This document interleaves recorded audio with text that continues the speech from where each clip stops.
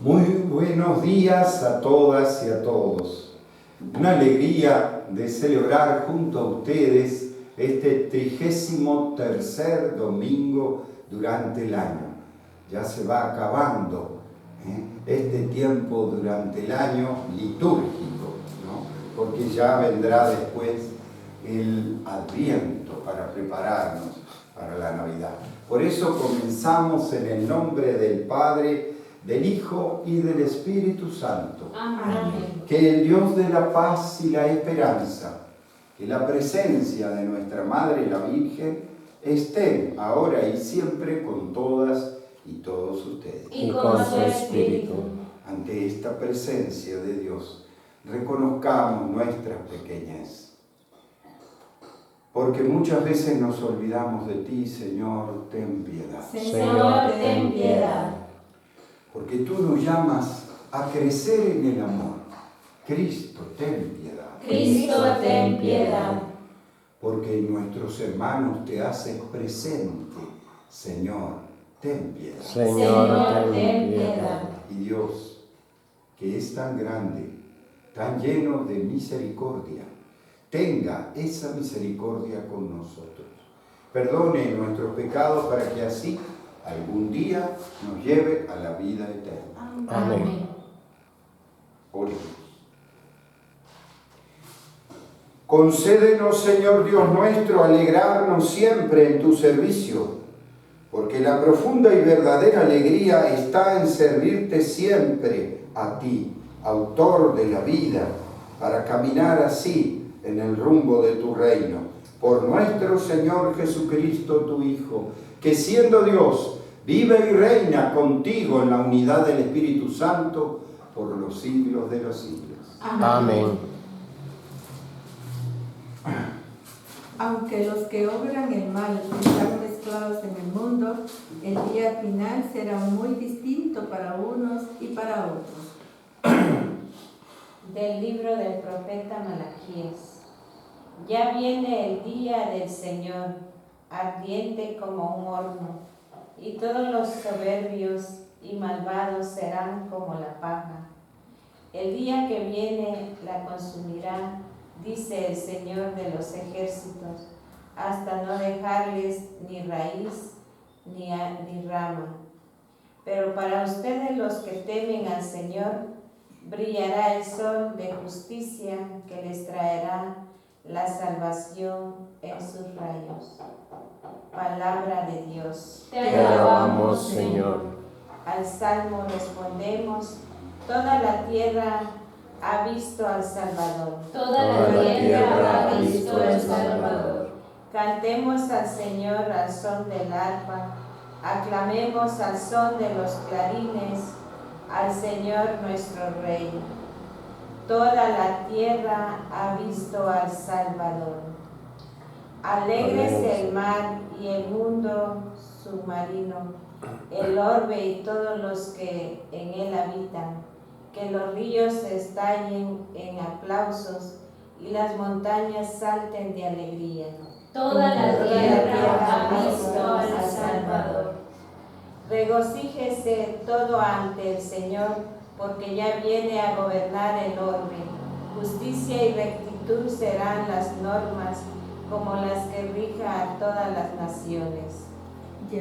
Toda la tierra ha visto al Salvador. El cristiano debe trabajar no solo para su sustento, también para constituir un mundo mejor. De la segunda carta de San Pablo a los tesalonicenses. Hermanos, ya saben cómo deben vivir para imitar mi ejemplo, puesto que, cuando estuve entre ustedes, supe ganarme la vida y no dependí de nadie para comer. Antes bien, de día y de noche trabajé hasta agotarme, para no serles gravoso.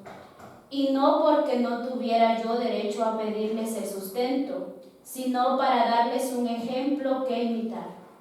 Así, cuando estaba entre ustedes, les decía una y otra vez: el que no quiera trabajar, que no coma. Y ahora vengo a saber que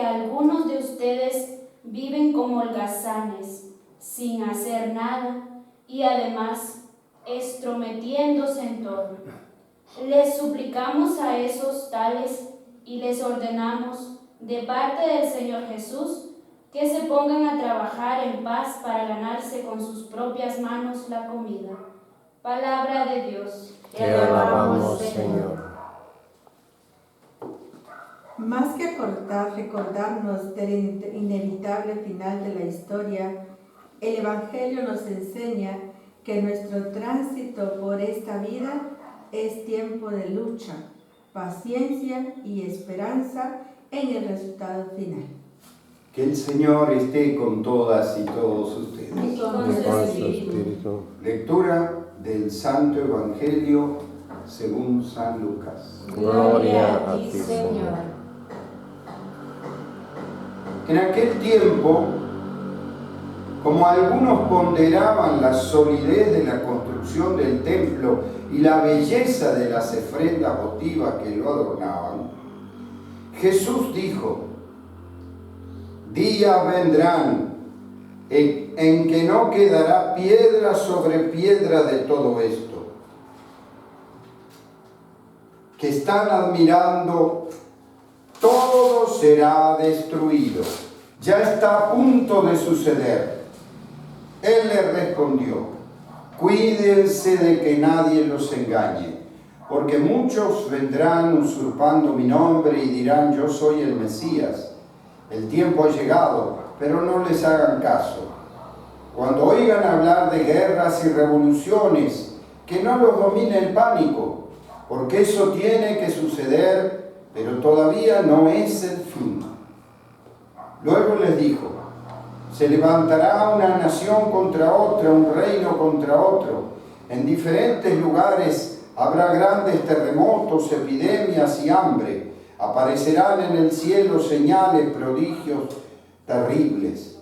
Pero antes de todo esto, los perseguirán a ustedes, los apresarán, los llevarán a los tribunales y a la cárcel y los harán compadecer ante reyes y gobernadores por causa mía. Con esto darán testimonio de mí. Grábense bien que no tienen que preparar de antemano su defensa, porque yo les daré palabras sabias a las que no podrán resistir ni contradecir ningún adversario de ustedes. Los traicionarán hasta sus propios padres, hermanos, parientes y amigos. Matarán a algunos de ustedes y todos los odiarán por causa mía. Sin embargo, no caerá ningún cabello de la cabeza de ustedes. Si se mantienen firmes, conseguirán la vida. Palabra del Señor. Gloria a ti, Señor Jesús. Y bueno, ¿qué nos dice esta lectura? Esta lectura va, porque en realidad es cierto que el tema, como estamos en el fin del año litúrgico, el tema va por la escatología. ¿Qué quiere decir la escatología? El fin de los tiempos. ¿No? El fin de los tiempos, la escatología. Claro que en este tema tenemos que ver, y vamos a ver si otros domingos también tocamos el tema de la escatología, el fin de los tiempos. Tenemos que ver, por ejemplo, yo tengo que decir lenguaje y mensaje. Tenemos que ver cosas históricas. El Evangelio de Lucas, como ya sabemos, fue escrito en el año aproximadamente del 80 al 85. ¿Y eso qué quiere decir? Algo muy importante, porque en el año 70, después de Jesús, ¿no? En el año 70, o sea, 10, 15 años antes, había sucedido la destrucción de Jerusalén.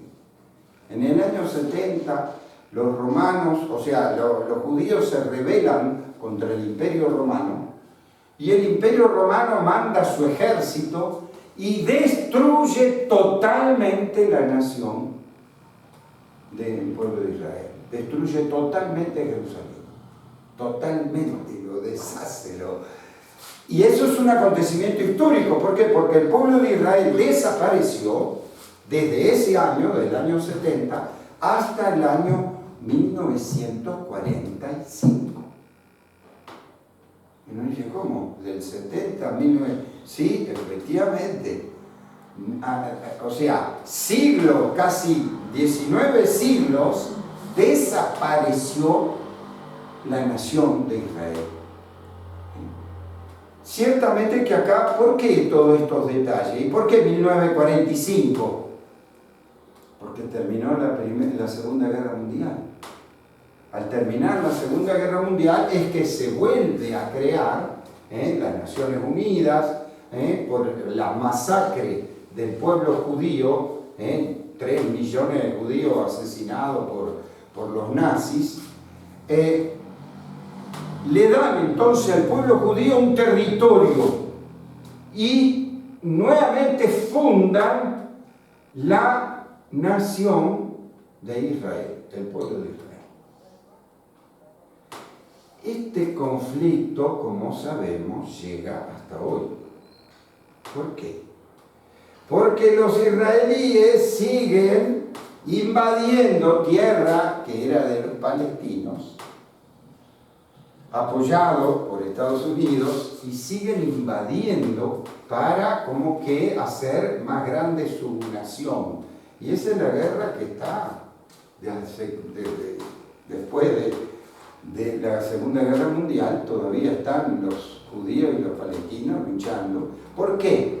Porque le dieron toda Jerusalén a Israel, quitándosela a los palestinos que habían estado 19 siglos en ese mismo lugar.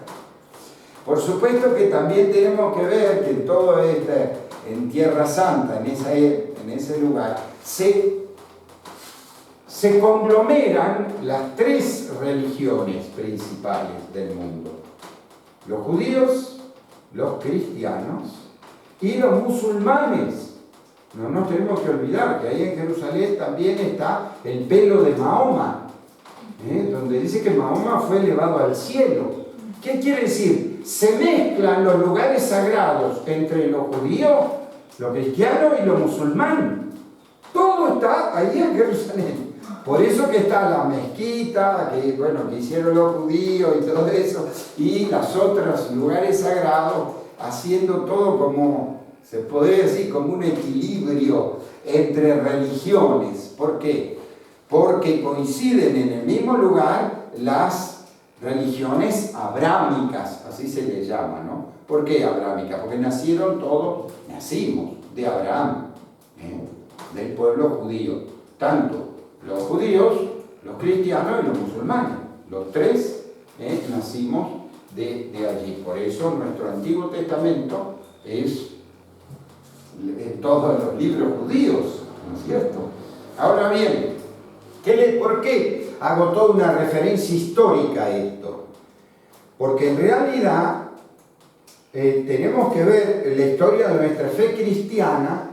¿Por qué pone, Jesús lo dice, de este templo no quedará piedra sobre piedra? Pero en realidad están poniendo algo que había sucedido hace ya entre 10 y 15 años atrás. A ver, ponen en el Evangelio de Lucas, en boca de Jesús, lo que ya había sucedido.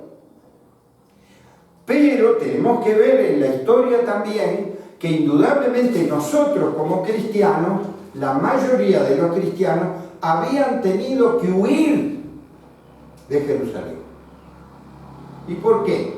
Porque primero mataron a Jesús, después mataron a Esteban, y después se largó la persecución contra los discípulos, contra los apóstoles, y por eso Pablo tuvo que huir a otros pueblos y se abrió la misión al mundo.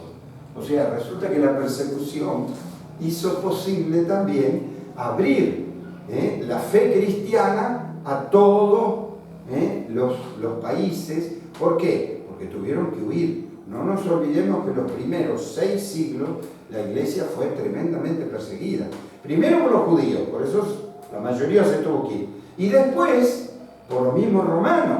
Nerón, que quema Roma y echa la culpa a los cristianos, y entonces, o sea, varias persecuciones hasta el siglo VI, que al contrario, toman la Iglesia Católica, el Imperio Romano, como iglesia oficial.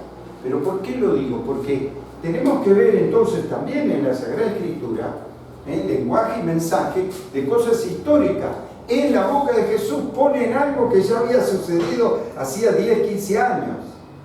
Sin embargo, lo ponen también como momento escatológico. ¿Por qué? Porque tanto judíos como cristianos habían visto que la destrucción de Jerusalén por el Imperio Romano era como un final de los tiempos. Los cristianos también un poco lo vivieron ahí. ¿Por qué? Porque los primeros cristianos, los apóstoles, Jesús, la Virgen, todos eran judíos y todos eran de Jerusalén, todos eran del pueblo de Israel. Cuando destruyen todo el pueblo de Israel, aunque los cristianos ya habían tenido que salir por el conflicto con los judíos, de hecho empieza la diáspora, que se llama, o sea, se esparcen los judíos por el mundo y también los cristianos. Los cristianos ya se habían esparcido, pero como destruyen la nación, el pueblo de Israel, lo vieron como un acontecimiento, sobre todo el pueblo de Israel y también los cristianos, como un acontecimiento del fin del mundo, como una cosa que el Imperio Romano destruye todo. Sin embargo, justamente desde Jesús ponen que este acontecimiento tan terrible y tan tremendo para el pueblo judío y para el pueblo cristiano judío, judeo-cristiano, como una cosa de esperanza. Y no solo lo propone como parece que fuera el fin de los tiempos, pero Jesús anuncia, no, primero tiene que padecer, tiene que morir en la cruz. ¿Por qué? Porque lo está poniendo en boca de Jesús, como si él lo hubiera dicho 50 años atrás. Sin embargo, pone y propone que este conflicto que parecía como el fin del mundo y que se nota que la comunidad, inclusive judeo-cristiana, tuvo que haber pegado brutalmente, porque todos sus parientes o familiares, lo que sea, quedaron destruidos. No obstante, lo que describe también que los perseguirán, ya sucedía en el pueblo cristiano, en los judeos cristianos. Primero, insisto, con los judíos y después con los romanos. Pero entonces la persecución, los 6 primeros siglos de la iglesia, era terrible. El ser cristiano quería decir, es opción de Jesús resucitado, pero que me podía costar la vida. ¿Por qué? Era así. O sea, la iglesia cristiana, católica, tuvo que ser escondida, digamos, ¿no? En la clandestinidad, porque donde lo descubrían, moría. Sin embargo, en medio de eso, creció la fe. O sea, fue tan fuerte la experiencia de Jesús resucitado, que en medio de la persecución, el martirio, al revés de decir, mejor cambiamos de fe o algo así, al revés hizo emerger más la fe cristiana, ¿no? Que por lo mismo se esparció por toda Europa y por todo el continente asiático, se esparció la fe cristiana. ¿Qué nos dice hoy después de tanto tiempo y el fin de los tiempos? Sobre todo porque yo tengo que hacer referencia en un cambio epocal como el que estamos, porque estamos no en una época de cambio, sino un cambio de época, un cambio epocal. Hubo varios cambios epocales en la historia de la humanidad, por ejemplo la revolución industrial, pero que la revolución industrial termina en la Primera y Segunda Guerra Mundial, porque el tema es quién tiene el poder, las naciones que se pelean. Y hoy en día tenemos que ver, el cambio epocal es así. Indudablemente, naciones como Europa y Estados Unidos están en decadencia, están decreciendo. Y naciones como China, como Rusia, India, están emergiendo. Que no estamos hablando solo de, digamos, de guerras o de economía. Están emergiendo, digamos, con un modo de vida distinto. Y acá tenemos que ver, por ejemplo, los rusos son cristianos, no católicos, ortodoxos rusos, pero son cristianos. Pero los chinos no, son budistas, en su mayoría absoluta, o confucionistas. Y los hindúes también son musulmanes. ¿Qué quiere decir? Que estamos en un momento de cambio epocal, en un desafío muy importante de la Iglesia y de nuestra fe cristiana católica más. ¿Por qué? Porque tampoco podemos negar el abandono de la fe cristiana católica en muchos lugares. Por ejemplo, en Europa, en la famosa Europa cristiana, vamos a decir las cosas, ahora la fe cristiana católica es minoría en Europa. En América no, tanto en Estados Unidos como... Pero por ejemplo, el continente latinoamericano, lo latinoamericano es donde está depositada la fe católica mayor del mundo hoy en día. No hay otro continente que sea así cristiano, todavía católico, que se esté manteniendo. ¿Será por eso que tenemos un papa latinoamericano? Yo creo que sí. Pero que en este cambio de época, que esperemos que no termine como el cambio epocal anterior, que terminó en guerras mundiales, se reacomodarán los poderes mundiales, pero nuestra fe también es, digamos, cuestionada. ¿Por qué? Y porque culturalmente la resurrección de Jesús, la vida de más allá, la religiosidad está gravemente cuestionada. Como que ser religioso, tener fe, eso ya no sirve, es una filosofías de existencialista, el ser y la nada de Sartre y otras tantas, como que se promueven por todos los medios de comunicación.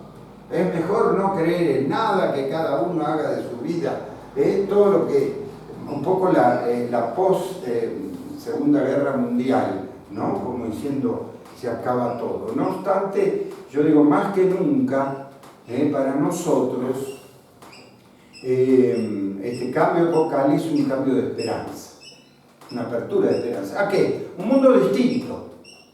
Tendrá una estructura distinta, pero para nosotros nos crece la esperanza. Porque la escatología que dice Jesús, habrá tormentas y esto y lo otro, en realidad lo han promovido nuestra forma cultural. ¿Cuántas veces? Películas y películas del fin del mundo, que me decían el año 2000 era el fin del mundo, después fue el otro, después fue el 2012, después fue... Pero que no es cierto. Pero como hay culturas que están en decadencia, les parece, imperio, les parece que es el fin del mundo. Y así no es. Hemos pasado cuántos imperios, el imperio persa, el imperio romano, el imperio español, han caído los imperios y el mundo se rearma, digamos, de otro modo, ¿no es cierto? Pero es cierto que para nosotros toda la escatología, el escatón, o sea, el fin de los tiempos, es siempre apertura de esperanza. Y que por supuesto lo vemos hoy con otra perspectiva, con otra madurez de fe. Porque acuérdense que también, por ejemplo, San Pablo creía, porque lo dice en la carta a los Corintios, capítulo 15 y otro más, lo dice, los que resuciten, resucitarán de los muertos, pero nosotros, los que vivamos cuando venga Jesús, nos transformaremos. O sea, San Pablo se creía que Jesús iba a venir en una inminencia, que él iba a estar vivo todavía cuando la segunda venida de Jesús. Y hoy sabemos que no, porque eso fue hace 2000 años. Después, el mismo Evangelio de Juan y otros ya lo trastocan, ya dice, no quiere. ¿Por qué? Porque son teologías que van madurando a lo largo de la vida. Hoy en día sabemos que el Apocalipsis es un género literario que se utilizaba mucho en la antigüedad, hace 2000 años, para, al contrario de lo que se piensa ahora, que es el fin del mundo y la catástrofe, era para crear esperanza. Al contrario, para ver cómo triunfaba. Por eso está el profeta Malaquías, que Dios juzgará, y los malos serán como paja y serán quemados y los buenos brillarán en la luz. Pero ciertamente que hoy en día tenemos esta otra perspectiva, ¿no? Por eso yo le digo, y vuelvo a repetir, como dijo don Helder Câmara, el obispo de Brasil. No estamos en el principio del fin, estamos en el fin del principio. Claro. ¿Qué son 2000 años en la historia de la humanidad? ¿Cuántos millones de años estuvieron los dinosaurios? Millones. ¿Y qué son 2000 años? Desde que resucitó Jesús hasta hoy. En realidad es poco. 2000 años, millones de años que demoró la humanidad en crecer y madurar. A ver, estamos en el fin del principio. Recién estamos comenzando, ¿no? Es esa apertura al reino de los cielos, reino de justicia, de verdad, de solidaridad, pero que los poderes mundiales no se rigen por eso, al contrario, se rigen por el dinero, la economía, y por eso, en vez de caminar hacia la vida, arman guerras que caminan hacia la muerte, con toda la sangre de hombres y mujeres de pueblos enteros. Sin embargo, a nosotros esto nos crece la esperanza. ¿Por qué? Porque en el fondo también nuestra vida es corta. 80, 90 años, y nuevamente, en la historia de la humanidad, 80, 90 años es nada. Es un suspiro. Pero nosotros nos creemos que porque vamos a vivir y solo 80, 90 años se tiene que acabar el mundo cuando vivimos nosotros. No. Hay mucho más historia. Hay más tiempo que vida, dicen, ¿no? Creo que tienen razón, ¿no? No hay fin del mundo inminente o algo así. Y si no, será simplemente nuestra muerte, pero no tiene que morirse todo, porque me muero yo. Simplemente me muero yo y se va muriendo la gente. Pero ¿por qué la esperanza? Porque lo nuestro es resurrección y vida, es trascendencia. Entonces pueden pasar la crisis que sea, la vida eterna y la resurrección de Jesús, el reino de los cielos brilla en medio de todos los pueblos, las culturas y los conflictos y los cambios epocales. Vamos entonces a pedirle, ¿no?, a Jesús y a la Virgen mantener esa fe en medio de las dificultades que nos toque vivir. Oremos, hermanos, a Dios Padre Todopoderoso, y confianza pongamos en Él nuestras necesidades, diciendo con fe: escúchanos, Padre de bondad. Escúchanos, Padre de bondad. Por la Iglesia Universal y sus ministros, para que se mantengan firmes en el camino de fidelidad al Evangelio, oremos. Escúchanos, Padre de bondad. Por los jefes de Estado y sus colaboradores, para que Dios nuestro Señor dirija su voluntad en el servicio de la justicia, de la libertad y de la paz, oremos. Escúchanos, Padre de bondad. Por quienes están sin trabajo, para que el Señor cambie su situación y puedan conseguir una forma digna de sustento para llevar a sus hogares el pan de cada día, oremos. Escúchanos, Padre de bondad. Por los jóvenes constructores del futuro de los pueblos, para que encuentren orientación y apoyo en la proyección de sus ideales nobles y no vean defraudadas sus esperanzas, oremos. Escúchanos, Padre de bondad. Por nosotros, para que no nos engañen los falsos mesías y no sintamos pánico de las guerras y de quienes nos causan. Pues Jesús dice: yo les daré palabras y sabiduría a las que no podrá hacer frente ni contradecir ningún adversario de ustedes, oremos. Escúchanos, Padre de bondad.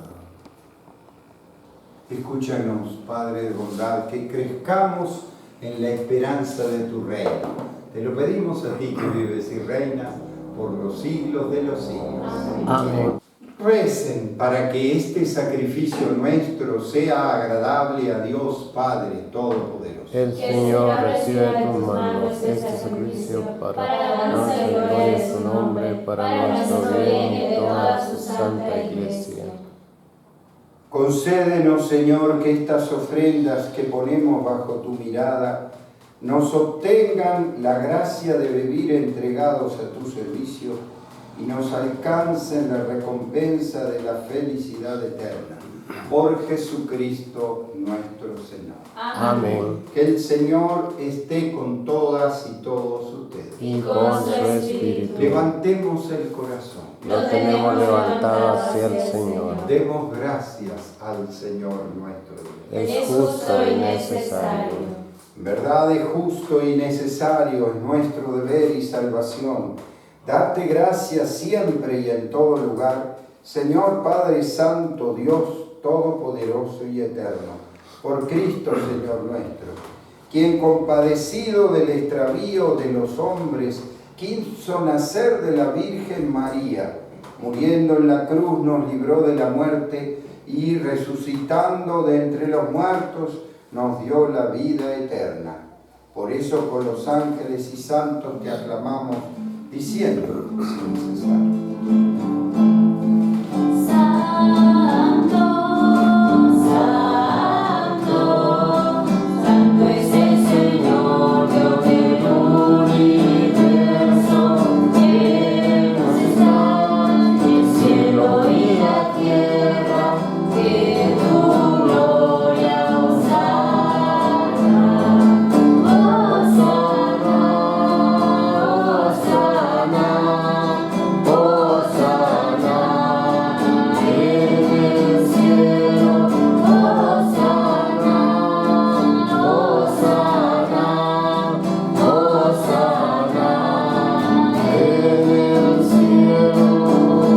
Santo eres en verdad, Señor, Dios que amas a hombres y mujeres y que siempre estás con ellos en el camino de la vida.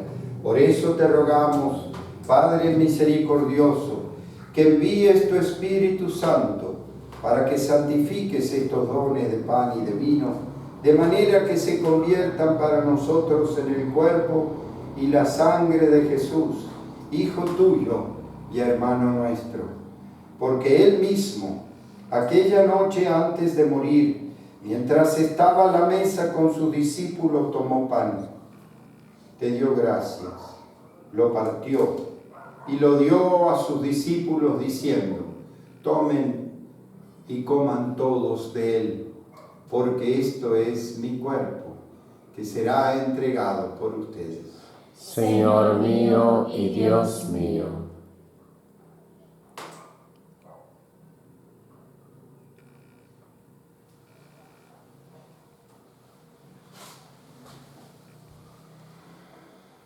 De la misma manera, después de cenar, tomó el cáliz, volvió a dar gracias y lo dio a sus discípulos diciendo: tomen y beban todos de él, porque este es el cáliz de mi sangre, sangre de la alianza nueva y eterna, que será derramada por ustedes y por todos los hombres y mujeres para el perdón de los pecados.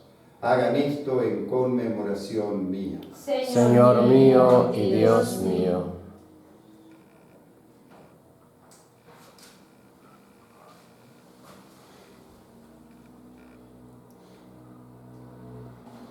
Este es el misterio de la fe. Anunciamos tu muerte y proclamamos tu resurrección, ven Señor Jesús. Por eso, Padre Santo, al celebrar el memorial de Cristo, tu Hijo y nuestro hermano, a quien por su pasión y muerte en la cruz llevaste a la resurrección, anunciamos la obra de tu amor. Mira con bondad la ofrenda de tu iglesia, en la que se hace presente el sacrificio pascual de Cristo que se nos ha confiado, y concédenos, por la fuerza del Espíritu de tu amor, ser contados ahora y siempre entre el número de los miembros de tu Hijo, cuyo cuerpo y sangre comulgamos. Lleva a tu iglesia, Señor, a la perfección en la fe y en el amor. Con nuestro Papa Francisco, nuestros obispos y todo el pueblo que adquiriste para ti. Abre nuestros ojos para que conozcamos las necesidades de los hermanos y hermanas. Inspíranos las palabras y las obras para confortar a los que están cansados y agobiados.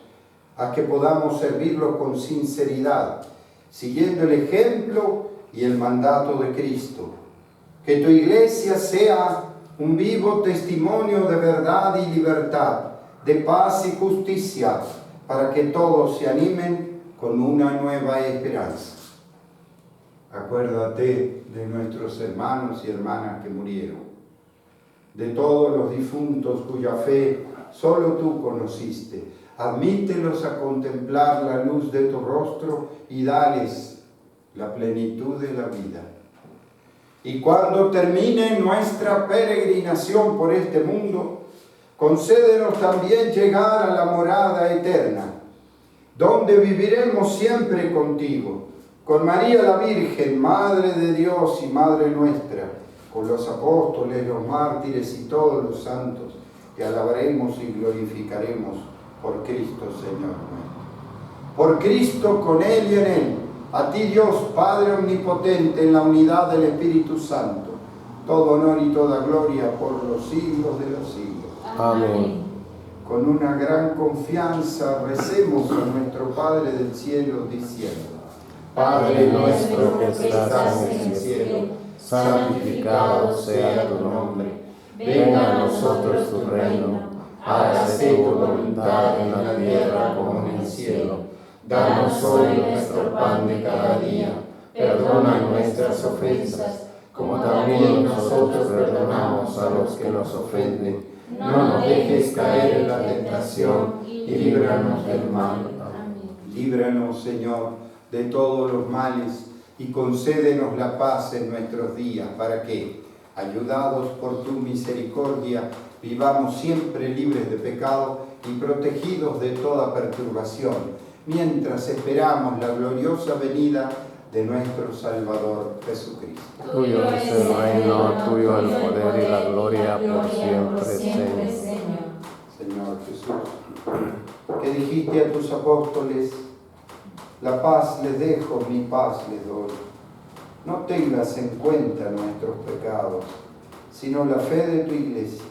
Conforme a tu palabra, concédele la paz y la unidad. Tú que vives y reinas por los siglos de los siglos. Amén. Que la paz de Jesús esté siempre con todas y todos. Y con su espíritu. Como hermanos y hermanas nos saludamos dándonos la paz. Que tenga la paz.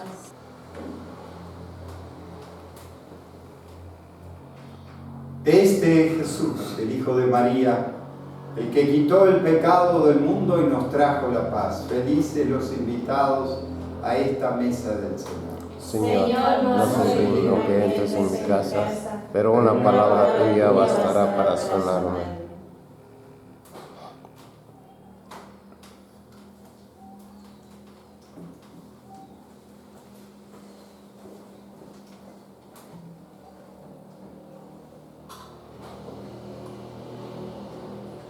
Para mí lo bueno es estar junto a Dios y hacer del Señor mi refugio. Oremos. Después de recibir los dones del misterio sagrado, te suplicamos humildemente, Señor, que lo que tu Hijo nos mandó hacer en conmemoración suya, nos aproveche para crecer en el amor. Por Jesucristo nuestro Señor. Amén. Que el Señor esté con todos ustedes. Y con su espíritu. Que la bendición de Dios Todopoderoso, Padre, Hijo y Espíritu Santo, descienda sobre todos ustedes y permanezca para siempre. Amén. Podemos irnos en la paz de Dios. Demos gracias a Dios.